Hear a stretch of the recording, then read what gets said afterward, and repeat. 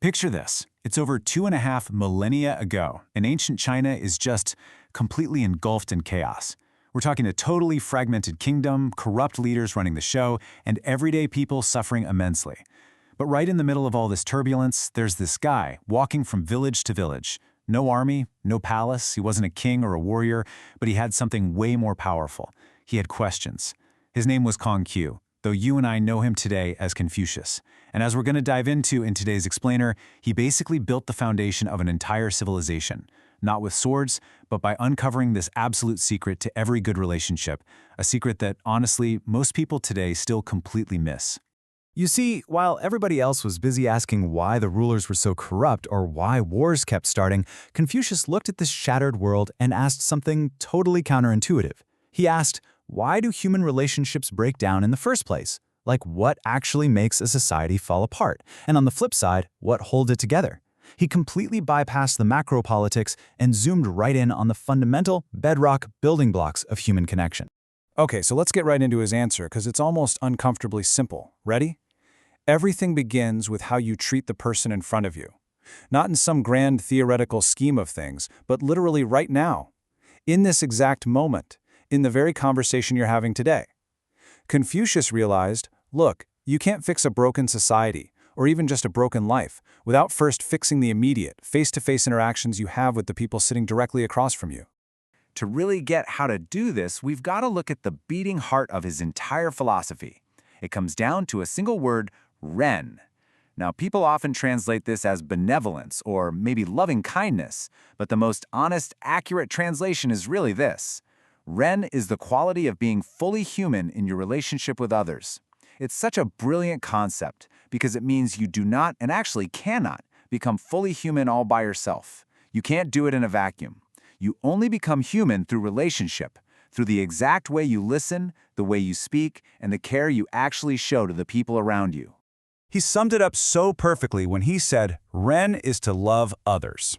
Now, I know, that sounds exactly like a bumper sticker, but Confucius knew, and honestly, we know it too, that this is actually one of the hardest things in the entire world to pull off consistently. Think about it. Loving others when they're being difficult, when you're super stressed out, or when the world just feels chaotic, that takes a massive amount of effort. So to make this super practical, he identified 5 bedrock relationships. We've got parent and child, husband and wife, older and younger siblings, ruler and subject, and friend. His whole thing was that if we just focused on practicing these specific connections well, with total honesty, deep respect, and genuine care, then peace and prosperity would just naturally follow. It wasn't about top-down laws or military force. It was about peace organically welling up from the sheer quality of our daily human connections. And now, right about now, you might be thinking, well, that sounds incredibly idealistic. But Confucius wasn't naive, not at all. He knew relationships are hard. He knew people disappoint each other, that care is incredibly often unreturned. And yeah, loyalty gets tested constantly. He never once promised that loving others would be a walk in the park, or that it'd always be fair. But he insisted that doing it anyway was absolutely necessary. It's just the unavoidable work of being human. Which brings us to this massive, game-changing breakthrough in his teachings. When someone asked him if there was just a single word that could guide a person's entire life, Confucius gave us the concept of shu, which gives us this brilliant idea.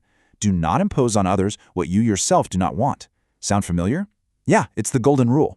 And sure, this idea pops up in Christianity, Buddhism, Islam, Judaism, but Confucius was laying this out clearly centuries before those major wisdom traditions. It keeps showing up across history because it just hits the nail on the head. It's a universal truth.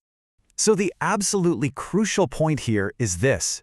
The true foundation of every good relationship is your ability to imagine another person's experience, to genuinely feel your way into their shoes. It's that rare capacity to just pause and ask, not what do I want out of this, but rather, what do they need right now? Empathy isn't just some nice-to-have personality trait. To Confucius, it's the literal starting point for absolutely everything good in society. But here's the catch. To even be capable of that kind of deep empathy, you have to do the work. Confucius believed deeply in self-cultivation. And no, I don't mean self-improvement in our modern tech bro optimization sense. He meant becoming more genuinely human. This means recognizing the difference between just performing wisdom and genuinely pursuing it. A truly educated person isn't someone just memorizing facts to sound smart at a dinner party. It's someone doing the tough, honest work of admitting what they don't know, owning their limitations, and genuinely trying to grow. And that leads right into his incredible insight on character. Confucius was adamant that who you are in private is who you truly are. It is not the shiny version you perform in public for likes or approval. True character is who you are when you're completely exhausted, when literally nobody is looking, and when you're dealing with someone who can do absolutely nothing for you. Quietly and consistently building that private character, that is the most important work you can ever do. So how does that private character actually show up when you're with someone? It's through listening. And honestly, this is one of his most revolutionary teachings, maybe now more than ever. Confucius taught that the absolute greatest gift you can give another human being is your full attention. Not that kind of half attention where we're discreetly scrolling our phones under the table, but full, unfiltered presence. Usually we're just listening to plan our next response, right? Full presence is the willingness to drop all of that and truly enter another person's world.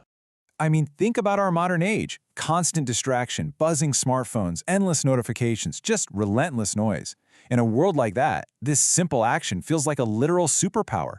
To just sit with someone, look them directly in the eye, genuinely ask, "How are you?" and then actually truly listen to what they say. Confucius knew that this single act of deep connection was one of the most powerful, transformative things one human could ever offer another.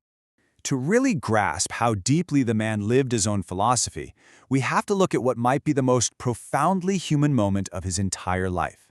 Confucius had a student named Yan Hui. He was brilliant, devoted, full of incredible promise.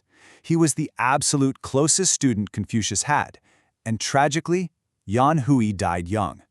When it happened, Confucius didn't just sit there offering some stoic, detached philosophy. He wept. He wept bitterly.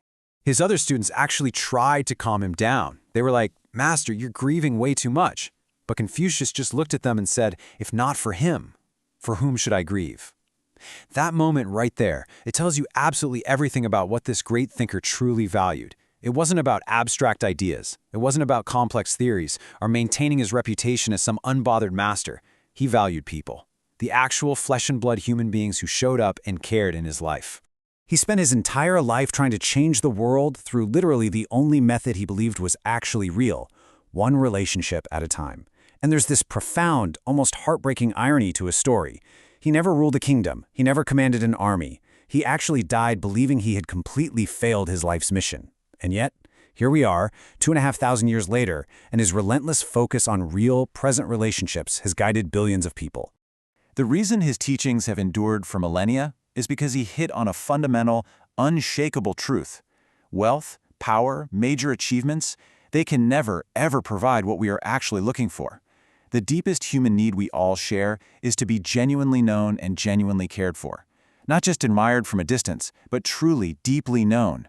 And that kind of knowing, it only ever happens in real, honest, fully present relationships. So as we wrap up this explainer, I really want to leave you with a final provocative thought. Think about your life right now. Who in your life deserves more of your genuine attention today? And I don't necessarily mean more of your time on the clock, but your actual undivided presence, your full listening. Because, as Confucius tried to teach us all those centuries ago, the quality of your relationships literally is the quality of your life. Everything else is just secondary. Take that question with you today and just see how it changes the conversations you have.